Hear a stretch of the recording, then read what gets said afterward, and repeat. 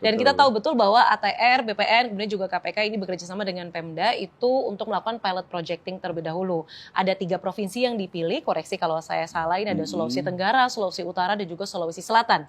Nah, mungkin saya tanya dulu, sebenarnya kenapa 3 provinsi itu yang dipilih? Ini yang memilih KPK dan ATR BPN bersama tentu ya? Itu komitmen, Mbak. Itu yang kami sampaikan ke Kementerian ATR waktu kami diskusi. Jadi mau milih yang mana nih? Yang kepala daerahnya punya komitmen kuat dong gitu. Kenapa? Ya nggak akan jalan kalau nggak ada komitmen. Nah itu yang utama. Ini yang membuat kami di Kementerian ATR BPN kalau terkait dengan 9 program ini, tentu kami yang sebagai pengampunya untuk pelayanan ini semua. Kami di pusat dan di daerah ada tangan-tangan kami melalui BPN di kabupaten, kota, dan provinsi. Dengan sinergitas ini, dengan semangat kolaborasi ini, dan sudah dilakukan di 3 provinsi ini, Sulawesi Utara, Sulawesi Tenggara, Sulawesi Selatan, sudah dilakukan kick off di sana juga. Dan saya mendapatkan laporan dari tim yang melaksanakan ini, alhamdulillah hasilnya juga sangat baik. Kopi sudah ditambah, kursi pun juga sudah ditambah. Narasumber yang tadi saya janjikan sebelum jeda juga sudah hadir di atas panggung bersama kita semua. Saya sapa terlebih dahulu ada Gubernur Sulawesi Selatan, Pak Andi Sudirman Sulaiman. Selamat sore, pagi, siang, sore, Pak Andi. Pagi, siang, sore, Mbak Diana. Oke, sehat Pak. Jauh-jauh datang dari Sulawesi Selatan, kita berikan tepuk tangan, mungkin yang nonton juga boleh ya. Terima kasih Bapak sudah hadir memenuhi undangan teman-teman ATR BPN. Kemudian saya juga sapa langsung ada Pak Denny Mangala, Asisten Pemerintahan dan Kesejahteraan Rakyat dari Pemprov Sumut. Terima kasih Pak Denny sudah jauh-jauh datang kemari. Selamat siang Mbak Diana. Terima kasih. Kita berikan tepuk tangan lagi juga. Oke, terima kasih ada Pak Andi dan juga Pak Denny. Di samping itu juga masih hadir bersama kita juga ada Pak Osi dan juga Pak Edi. Semoga belum ngantuk dan belum bosan karena sudah ada kopinya. Masih kuat. Aman. Saya yang nggak kuat kayaknya Pak kalau sebelum coba. Oke, sebelum kita bahas yang secara lebih terperinci, teknis, sebelum tadi Pak Andi dan juga Pak Denny datang, ini kita sebenarnya sudah banyak bicarakan soal Pemda ini menjadi motor utama, jadi eksekutor dari 9 program kerjasama ATR BPN dan juga KPK. Saya mau mungkin Pak Denny dan juga Pak Andi cerita terlebih dahulu soal bagaimana pemerintah daerah dilibatkan di sini. Mungkin dari segi kunjungan, bagaimana Pemda diajak bicara soal 9 praktik kerjasama ini. Mungkin dari Pak Denny dulu, boleh? Oh iya, baik. Yang pertama memang pada bulan Mei yang lalu, ya, atas inisiasi dari Kementerian ATR BPN dan KPK, nah, sudah dilaksanakan rakor di Sulawesi Utara. Sudah ada rakornya. Nah, rakor ini dihadiri oleh Bapak Gubernur, termasuk Bupati Wali Kota se-Sulawesi Utara hadir semua, Pak. Kemudian ada BPN juga hadir di sana. Nah, di sana itu sudah ditandatangani komitmen bersama dari semua kepala daerah, termasuk BPN, untuk implementasi 9 program ini. Dan ini sampai saat ini Bapak Gubernur terus memonitor implementasi di 15 kabupaten kota yang ada di Sulawesi Utara. Nah, ini tentu langkah yang sangat strategis yang diinisiasi oleh Kementerian ATR, BPN, dan KPK dalam rangka mewujudkan good governance. Dan ini tentu sebagai pemerintah daerah, baik provinsi maupun kabupaten kota, kita tentu sangat mendukung untuk implementasi 9 program ini. Oke, meskipun tugasnya artinya bertambah, tapi disambut baik karena itu tentu mewujudkan good governance tadi. Iya, karena untuk kebaikan bersama gitu. Oke, baik. Itu cerita dari Sulut. Kalau dari Sulut seperti apa, Pak Andi? Ya, terima kasih banyak Mbak Diana. Saya sampaikan bahwa kami tentu pertama mengucapkan terima kasih banyak kepada Kementerian ATR BPN dan juga KPK, Korsub, Pak Direktur yang senantiasa dan juga memilih Sulawesi Selatan sebagai salah satu piloting project untuk percepatan 9 program ini. Dan kita tentu menyambut baik karena selama ini tentang agraria itu, tentang pertanahan selalu terdengar masalah rumitnya, perselisihan. Jelimet gitu ya Pak Andi. Perselisihannya, kemudian masalah perizinannya yang rumit. Kita tidak dapat tuh isu-isu tentang bagaimana percepatan PAD, bagaimana percepatan investasi, kepastian hukum. Dengan ada program ini tentu ini sangat baik karena tentu dengan dipilih Sulawesi Selatan ini bukti bahwa Sulawesi Selatan ini sebagai salah satu wilayah yang memiliki komitmen dengan laksananya kemarin ada penentang bersama untuk kesepakatan bahwa kita komit untuk bagaimana mempercepat program ini. Oke, ini juga sebenarnya yang banyak ditanyakan oleh masyarakat. Tadi juga sempat dibahas ataupun disinggung sedikit ya sama Pak Edi dan juga Pak Ausi. Kalau misalnya 9 paket program ini pun berjalan dengan optimal dan maksimal, yang tentu itu kita harapkan begitu ya. Perubahan apa sih yang paling dirasakan masyarakat? Itu kan yang menjadi pertanyaan masyarakat. Mungkin Pak Andi boleh silakan Pak. Iya, saya ingin ceritakan sedikit bahwa tanah sekarang ini kebanyakan masih sertifikat global misalnya, atau belum berubah atau gimana, sehingga kita ini di satu sisi masyarakatnya untuk mempertahankan tanahnya kan bisa jadi sengketa perselisihan tanah. Kemudian di sisi lain pemerintah kami ini dapatnya bahwa kita susah nih, masih tercatat tanah-tanah itu sebagai target objek PAD yang bagus, tapi justru tidak tercatat dengan baik. Karena kepemilikan satu yang tadinya sekarang sudah berkembang pesat. Ada bahkan satu surat itu bisa sampai banyak orang yang miliki. Waduh. Tumpang tindih. Sehingga saling klaim, kemudian terjadilah sengketa di mana-mana. Dengan adanya ini digitalisasi, sudah integrasi dengan OSS, integrasi dengan MPP, integrasi dengan RT RW, kemudian bisa memetakan geospasial. Nah, ini luar biasa.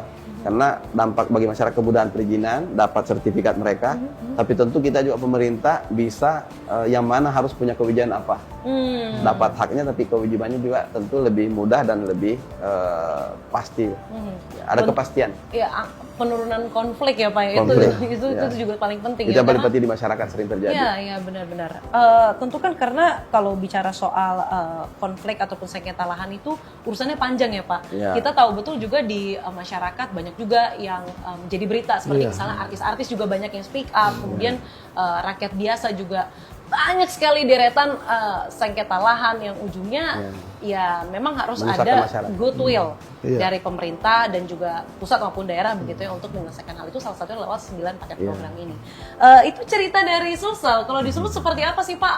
Apa dampaknya buat masyarakat? Entah itu yang sudah terjadi ataupun yang mungkin disasar oleh Pemprov Sulut. Iya. Pertama bagi masyarakat, selama ini kan layanan untuk contohnya untuk pertanahan, layanan sertifikat. Nah ini minta maaf Pak Wamen masih banyak keluhan. Ini prosedurnya, kemudian ada pihak-pihak yang memanfaatkan itu, ya.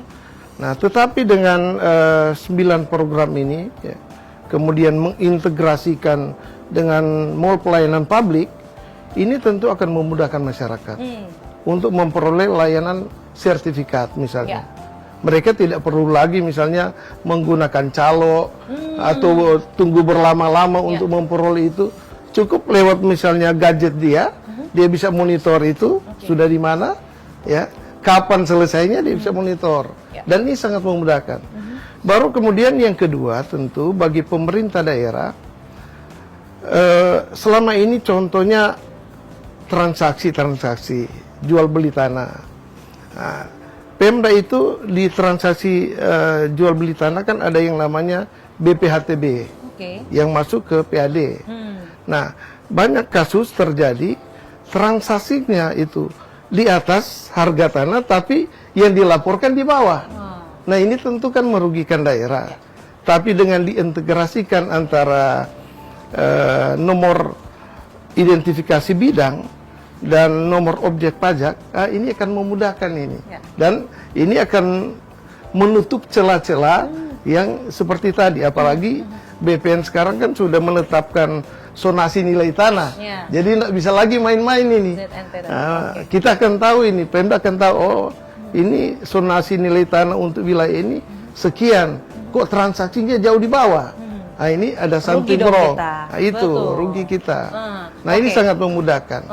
Kemudian yang ketiga tentu bagi investor, dengan diintegrasikannya antara OSS dan RDTR ini tentu akan memudahkan investor untuk nanti dia akan menanamkan investasi di daerah. Dia akan tahu, oh ini tanah ini clear and clean dia.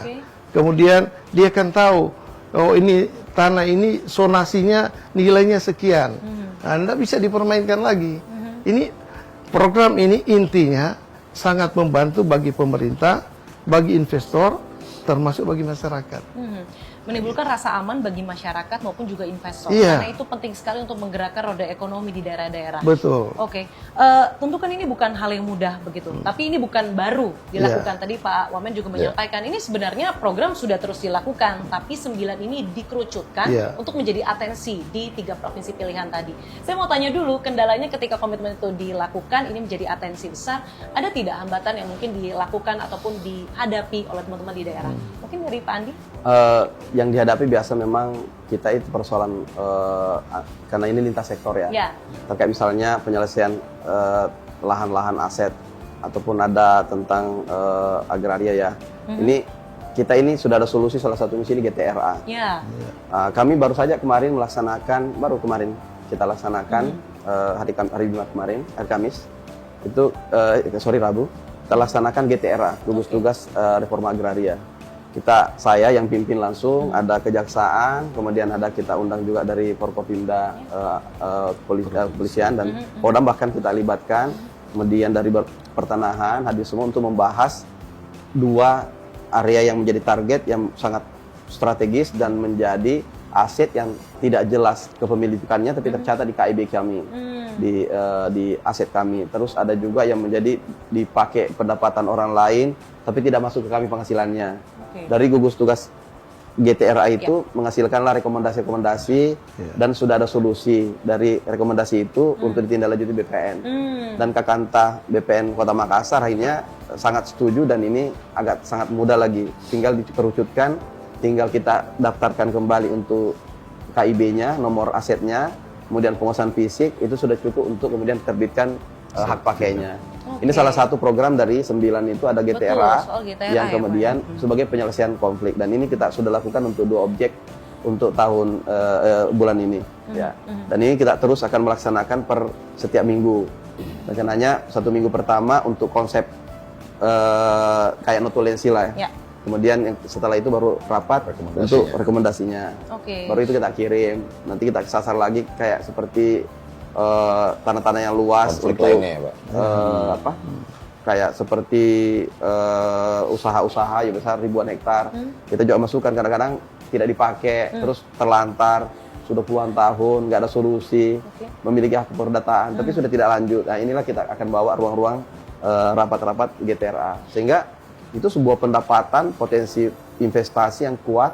Kami sebagai provinsi ini sangat luar biasa kalau ini kita kemudian tindak lanjuti dan akan kembali ke negara. Iya, betul. Dan inilah sebenarnya ya Pak Wamen ya yang ditekankan bahwa optimalisasi GTRA itu bisa berjalan untuk mengkomunikasikan tadi ya. Tadi Pak Edi kan menyampaikan komunikasi ini adalah kunci. Satu waktu tapi kita suka jarang ngobrol gitu. Benar nggak tuh Pak Edi sama Pak Edi? Benar ya.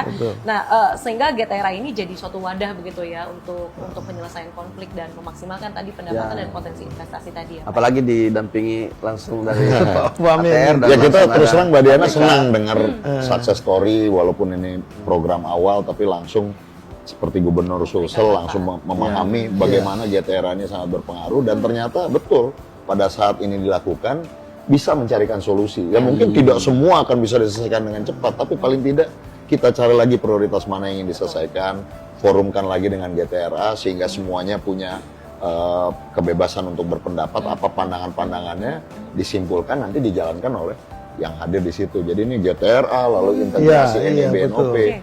Jadi saya pikir inilah semangat akselerasi yang ingin kita lakukan dan ingin kita capai dari program ini.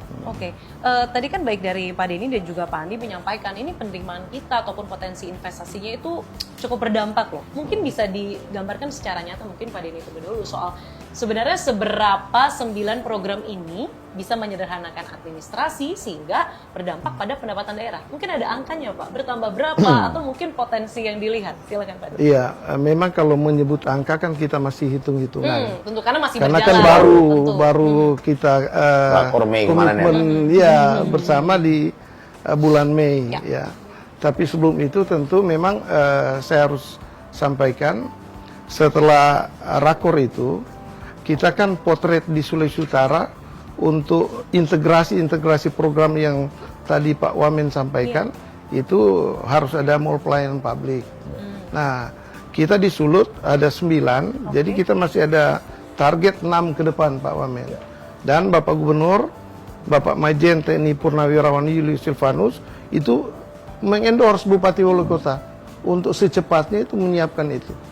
Ya, supaya nanti juga ini kan akan memudahkan masyarakat. Nah, ke depan tentu setelah semua ini terwujud, kita harapkan itu PAD masing-masing daerah, baik kabupaten kota maupun provinsi, dia akan meningkat. Seberapa besar itu, ini masih dalam hitung-hitungan karena baru dimulai ini, gitu. Oke, baiklah. Mungkin saya beralih ke Pak Edi. Takutnya Pak Edi ngantuk nih, kebanyakan dirinya nih nanti ya. Serius Saya ini. mention dulu. Serius mendengarkan nih. Pak Edi mengawasi dan Posisinya ya. Oke, Mbak Edi, ini kan sudah disampaikan 9 praktik kerjasama ini, kemudian praktik di lapangannya juga, alhamdulillah puji Tuhannya teman-teman di daerah di 3 provinsi ini sudah memahami, satu kepala, satu pikiran. Menurut Anda, setelah ini harus ada apa? Kan Anda di luar mengawasi begitu ya, harus ada percepatan seperti apa yang dilakukan supaya teman-teman di wilayah ini juga, tadi ada kendalanya beberapa begitu ya, yang sebenarnya harusnya diselesaikan dengan komunikasi, yang harus dilakukan supaya semakin menambah pendapatan daerah dan lain sebagainya. Jadi kita bicara impact ya, atau mungkin bahasa ininya apa sih yang mendapatkan keuntungan seperti apa sih kan gitu kan ya. Terlebih yang ini udah ada yang berjalan, mungkin KPK teman-teman KPK sudah ada input tambahan begitu untuk teman-teman di daerah. Nah kalau kami melihatnya begini Mbak, tadi Pak Gubernur Pak Andi, Gubernur Sulsel sudah menyampaikan bahwa dengan GTRA udah langsung merasakan nih. Selesai itu masalah. Ternyata dirapatkan bersama yang mohon maaf selama ini mestinya tanpa program ini pun harusnya dari dulu sudah bisa dilaksanakan kan gitu ya. Nah tapi kalau kami melihatnya dari sudut pandang yang lain. Yang pertama adalah mudah-mudahan kami harus membandingkan nih Mbak, ya tadi Pak Wamen sampaikan baru kemarin kan, belum bisa kita lihat nih. Tapi kalau kami konsennya adalah pengaduan masyarakat nantinya. Nah, pengaduan masyarakat yang selama ini sering mengadukan adanya pungli, adanya pemerasan. Nah, mohon maaf ya, kan seperti itu kan ya. Nah, kami akan lihat nanti ada penurunan nggak. Nah, itu akan menjadi impact atau hasil yang dari sudut pandang kami ya. Mungkin dari Pak Gubernur mungkin akan melihat dari sudut pandang investasi nantinya. Dengan transparansi pasti investasi akan meningkat kan itu kan ya. Tapi kepentingan kami atau dari sudut pandang KPK adalah ada nggak nih penurunan tingkat korupsinya nih nanti di 3 provinsi ini gitu loh. Khususnya adalah korupsi di tadi suap, pemerasan dan juga mungkin bahasa umumnya pungli lah ya. Tapi suap, pemerasan, gratifikasi kalau bahasa undang-undangnya. Nah terus setelah itu adalah tentunya adalah masyarakat merasa dimudahkan nggak, nah, kan gitu kan ya, dimudahkan nggak. Tadi bahasanya memang kami lebih mengistilahkan selama ini ada di ruang-ruang gelap. Pengurusan mungkin dalam konteks ini kita bicara pertanahan ya, mungkin secara luas mungkin ada juga, tapi kita bicara layanan pertanahan, masyarakat itu banyak yang gelap bagaimana ngurus tanah ini. Akhirnya datang ke tadi yang Pak Asisten tadi sampaikan ke calo atau apa gitu kan ya. Nah, mudah-mudahan dengan ini nanti transparansinya dapat, masyarakat bisa mendapatkan keuntungan. Tapi kan susah di situ kita ukur kan ya. Paling-paling Pak Gubernur yang bisa mengukur sendiri nantinya. Dari investasi, dari pengamanan aset, dari itu dari teman-teman. Kalau dari kami sih itu Mbak, nanti dari pengaduannya turun nggak? Nah, kalau pengaduan turun berarti sukses nih program ini nantinya. Artinya kalau KPK bisa duduk santai ngopi tanpa mendengar aduan sana sini, itu artinya ada keberhasilan. Kerjaan makin dikit itu sukses berarti. Dan kita harapkan begitu ya Pak ya. Kita harapkan begitu. Oke, saya mau mention sedikit soal pungli. Ini karena suatu hal yang menjadi concern masyarakat. Mungkin Sobat ATR BPN juga menaruh concern di sini. Saya mau tanya ke teman-teman daerah, sebagaimana 9 program kerjasama ini bisa menurunkan celah-celah pungli itu, Pak? Ya, ini kan kalau sudah ada sistem digitalisasi, biasanya kita kan sudah bisa online. Kemudian kita sudah mall pelayanan publik sudah ada semua di kabupaten kota. Bahkan kami provinsi sudah punya juga mall pelayanan publik sistem digitalisasi. Sehingga kita bisa melihat di situ bahwa terjadi proses-proses yang secara digital, tidak lagi tatap muka, tidak lagi harus ketemu, telepon dan sebagainya. Itu tinggal mengisi saja. Dan kemudian seperti ini akan terjadi percepatan. Misalnya OSS ini kita 7 hari langsung sendiri jalan. setuju tidak setuju jalan dia. Jalan, Kalau ya. area-area yang tidak beresiko, ada tingkatannya. Tentu ini akan membuat image pada masyarakat bahwa ini mudah. Selama ada MPP sekarang ini, apalagi kalau sudah integrasi dengan pertanahan ini, pasti masyarakat akan senang. Karena ini akan memudahkan masyarakat untuk mendapatkan haknya. Yang kedua, dampak yang kami dapat itu, kalau nanti ini salah satu GTRA kita ini yang bahas kemarin ini nilainya 1 triliun, Mbak. Kalau ini nanti kita bisa berhasil untuk sertifikasi standar ke provinsi, itu sebuah capaian yang besar yang dimotori oleh BPN, ATR, dan KPK pendampingan. Tentu kami yang dapat manfaatnya. Bahwa kami punya lahan yang selama ini tidak memiliki alasak, tapi tidak kemudian terjadi sengketa, dicari jadi pendapatan orang lain. Pendapatan ada fasilitas yang dipakai orang. Sehingga ini nanti kalau jadi masuk pendapatan kita kan luar biasa. Belum lagi asetnya. Di Kota Makassar lagi. Betul. Nah, ini luar biasa. Itu loh inventarisasi aset tadi ya, Pak, ya. Ini sekitar 10 hektar lebih. Dua lokasi. Good start. Good start ini. 1 triliun Nah, ya, ini Pak, GTRA ini kalau kita gedor terus di poin berapa ya, kalau tidak salah poin 7 ya. GTRA tadi. Nah, ini luar biasa, bisa optimalisasi kita. Oke, baik. Dan itu bisa menjadi investasi ataupun program-program Astacita. Kita punya lahan. Yang semua di wilayah Indonesia agak kesusahan lahan kan. Karena ada program-program sekolah rakyat, ada kampung nelayan, ada kemudian program-program KDMP dan sebagainya. Bapak Presiden mencanangkan, tentu kita akan menyambut dengan adanya ketersediaan daripada availability dari lahan. Ada sekolah Garuda, sekolah unggul, dan semuanya itu untuk daerah. Ya. Menarik sekali. Iya. Karena bagaimana sebuah langkah ataupun komitmen kecil itu bisa berdampak uangnya seabla-abla, Pak. Maksudnya 1 triliun untuk 1 sertifikat. 2 lokasi. 2 lokasi. Ini luar biasa. Good start seperti yang Pak Wamen sampaikan. Kalau di Sulut, Pak, tadi kan banyak mention soal mall pelayanan publik. Kemudian sebenarnya Pemprov pun juga sudah memetakan begitu ya. Ini stigma di masyarakat kalau ngurus sertifikat dan lain sebagainya itu pasti jelimet. Nah, hal-hal yang ada di 9 praktik program atau praktik kerjasama ini, bagaimana bisa pelan-pelan membantu menghapus stigma tersebut kalau di Sulut? Iya, jadi kan setelah ada komitmen bersama seluruh kepala daerah yang saya sampaikan tadi dengan dan semuanya pasti BPN. menyanggupi dong, Pak. Iya. Ya, kalau nggak sanggup nanti ini kan, Pak Gubernur marah ya. Setelah itu kan langsung dipublish. Oke. Nah, dipublish itu masyarakat dia tahu, ternyata sini sudah ada layanan pertanahan itu yang online. Oke. Nah, dengan begitu kan stigma-stigma selama ini bahwa berbelit-belit, harus melalui calo, ini akan terhapuskan. Karena tidak ada lagi yang tadi Pak Gubernur sampaikan face to face untuk memperoleh pelayanan. Semua serba digital. Dan ini pasti akan didukung oleh semua masyarakat. Ini kan tugas kita adalah membangun public trust. Langkah strategis dari BPN, ATR sama KPK ini adalah upaya untuk mewujudkan public trust itu.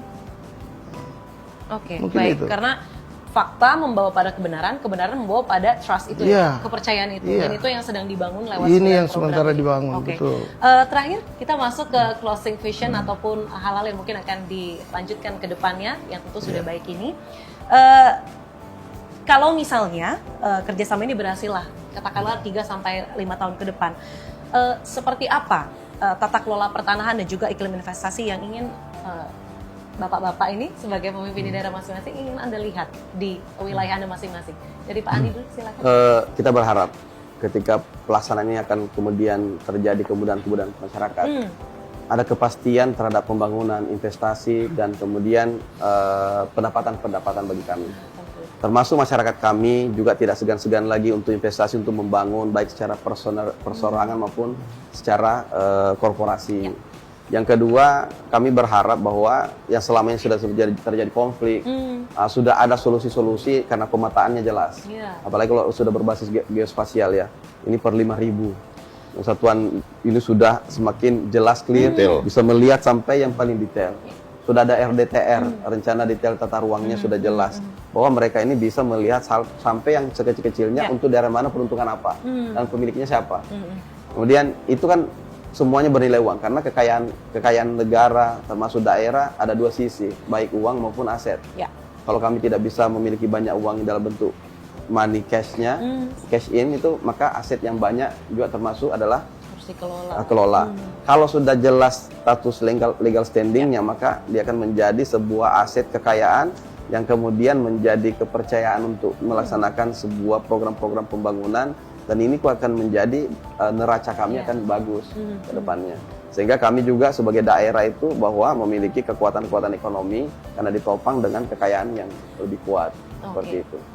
Tentu kekayaan itu yang nantinya juga berdampak pada kesejahteraan masyarakat itu sendiri karena digunakan dari dan untuk masyarakat. Ya, karena masyarakat sekarang kan kita tahu lah masyarakat banyak disibukkan dengan hanya mempertahankan tanahnya sendiri. Nah, ini kan jangankan tanah negara ya, tanah-tanah pribadi saja ini juga sangat rumit, balik nama dan sebagainya. Ini kemudahan-kemudahan seperti ini tentu sangat baik karena sudah jelas siapa memiliki yang mana. Baik. Kita harapkan transformasi itu ada di Sulawesi Selatan. Silakan dari Sulawesi Utara hari ini. Untuk Sulawesi Utara, pemerintah pusat kan sudah menetapkan 2 kawasan ekonomi khusus di Sulawesi Utara. Satu itu namanya KEK Likupang. Itu KEK Likupang itu adalah KEK pariwisata super prioritas dari 5 di Indonesia. Nah, salah satu itu di Sulawesi Utara di KEK Likupang. Yang kedua itu namanya KEK Bitung. Nah, ini 2 KEK ini adalah pusat pertumbuhan ekonomi baru di wilayah Sulawesi Utara.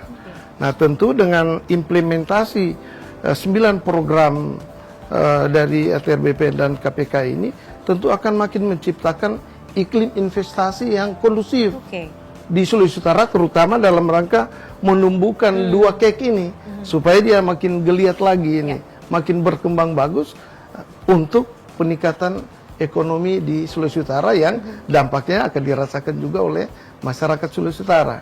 Dan itu yang menjadi visi Pak Gubernur, memajukan Sulawesi Utara. Sulawesi Utara maju, sejahtera dan berkelanjutan di pintu gerbang Asia Pasifik. Amin, amin paling serius Pak itu, begitu ya. Oke, saya mungkin beralih ke Pak Edi terlebih dahulu, nanti Pak Osa sebagai penutupnya ya Pak, boleh silakan Pak. Harapannya ketika, kalau tadi kan di daerah masing-masing, tentu harapan KPK 3-5 tahun ke depan untuk 9 program kerjasama. Jadi yang pertama tentunya langkah berikutnya Mbak ya. Jadi dengan di-trigger oleh 3 provinsi ini diharapkan next ke provinsi yang lain, itu tentunya ya. Dengan next ke provinsi yang lain, mungkin masing-masing provinsi ya mudah-mudahan sih tadi Pak Gubernur memberikan contoh ya, bisa dengan konteks yang baik ya Pak ini ya Pak ya. Itu, jadi mendapatkan hasil yang ya sesuai kondisi daerah masing-masing lah ya, karena kan pasti berbeda-beda kan kondisinya. Nah, dari sisi kami tentunya harapan yang paling utama adalah meningkatnya pelayanan publik dan juga meningkatnya pengelolaan aset, khususnya aset tanah ya. Yang, nah ini yang paling penting Pak, yang bebas dari tindak pidana korupsi. Nah, itu fokus di kaminya. Jadi manfaat ya mudah-mudahan benar-benar dinikmati atau dirasakan oleh pemerintah daerah dan khususnya masyarakat secara umum. Tapi kalau dari kami konsennya mudah-mudahan pelayanan kepada masyarakat, pelayanan publik kepada masyarakat dan juga pengelolaan aset tanah bebas dari tindak pidana korupsi. Itu Mbak. Oke, baik. Terima kasih Pak Dini. Sama-sama. Silakan Pak Osi. Baik Mbak Diana, terima kasih banyak. Jadi pertama yang ingin saya sampaikan adalah bahwa 9 program kerjasama kami dengan KPK dan juga seluruh pemerintah daerah ini tentu sejalan dengan apa yang menjadi harapan dari Bapak Presiden Prabowo Subianto untuk menghadirkan satu pemerintahan yang bersih, yang akuntabel, tapi juga memberikan kemudahan bagi masyarakat. Dan inilah kemudian kita bisa lihat beberapa dampak kecil yang sudah mulai dimunculkan. Yang kedua yang ingin saya ingatkan dalam forum ini adalah tentu transformasi ataupun perubahan ke arah yang lebih baik itu akan membutuhkan effort yang tinggi. Tidak semudah membalikkan telapak tangan. Tidak akan berjalan secara instan. Ada upaya konsisten yang harus kami lakukan dari sisi kementerian, dibantu oleh KPK dan tentunya pemerintah daerah. Kami juga mengajak agar terus kukuh, konsisten, tegar untuk kemudian terus berupaya untuk menghadirkan, karena ini apapun yang kita hadirkan adalah untuk kebaikan masyarakat. Jadi tentunya ini adalah pahlawan-pahlawan kami yang ada di daerah, yang berada di garda terdepan, kami berterima kasih. Tapi mudah-mudahan kita semua punya semangat pantang menyerah terkait hal ini. Perubahan mindset, perubahan transformasi, budaya, culture, ya ini tentu membutuhkan waktu, tapi mudah-mudahan akselerasi ini bisa kita lakukan. Dan tujuan akhir yang ingin kita harapkan, tentunya pada saat masyarakat bisa tertawa, datang ke kantor-kantor pertanahan, datang ke kantor gubernur, ke kantor bupati, wali kota, menyampaikan bahwa proses sertifikasi kami sekarang lebih mudah, Pak. Sekarang alhamdulillah lebih baik. Sekarang pelayanan BPN lebih sempurna. Inilah yang kami harapkan. Yang kedua juga investor datang ke daerah-daerah tanpa harus bertatap muka dengan banyak orang, bisa melakukan kegiatan bisnisnya, menyelesaikan proses perizinannya.